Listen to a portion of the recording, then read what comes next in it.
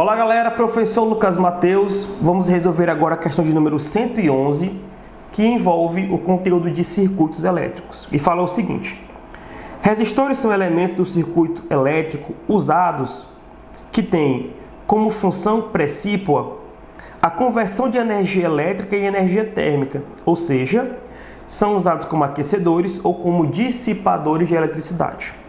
Porém, quando usados em circuitos eletrônicos, esses elementos são utilizados como controladores de corrente elétrica, ou seja, limitam o fluxo de carga em cada trecho do circuito.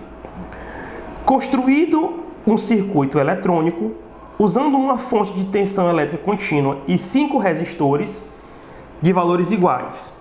Vamos lá, vamos ver aqui cada um desses resistores.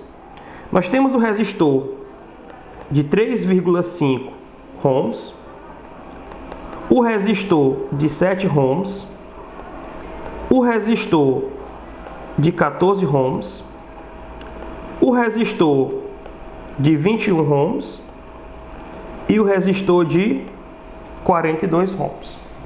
Associados de que forma, pessoal? Aqui, segunda questão, em paralelo. Com o multímetro, ele mediu a intensidade de corrente gerada pela fonte e encontrou o valor de 4,8 amperes. Qual o valor da intensidade da corrente no resistor de 14 ohms? Vamos lá, pessoal. Primeira coisa que nós temos que ter aqui em mente é a ideia de que a associação que aqui é apresentada está em paralelo. E que, quando a minha associação está em paralelo, a principal característica dela é o fato de que a DDP em todos os resistores que estarão em paralelo vai ser o que, pessoal? Constante. Se você lembrar, a DDP ela é igual ao produto entre a resistência e a corrente que atravessa aquele resistor. Ou seja, quanto maior for a sua resistência, menor será a corrente que o atravessa. Tá certo? Então, se olharmos aqui para a resistência que temos em cada um dos resistores, nós podemos perceber uma relação.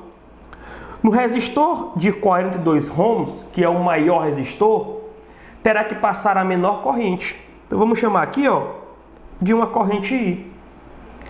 No resistor de 21 ohms, a resistência caiu pela metade. Então, a corrente vai dobrar. 2I. No resistor de 14 ohms, em relação ao de 42, a resistência caiu 3 vezes. Então, a corrente vai aumentar 3 vezes. 3I.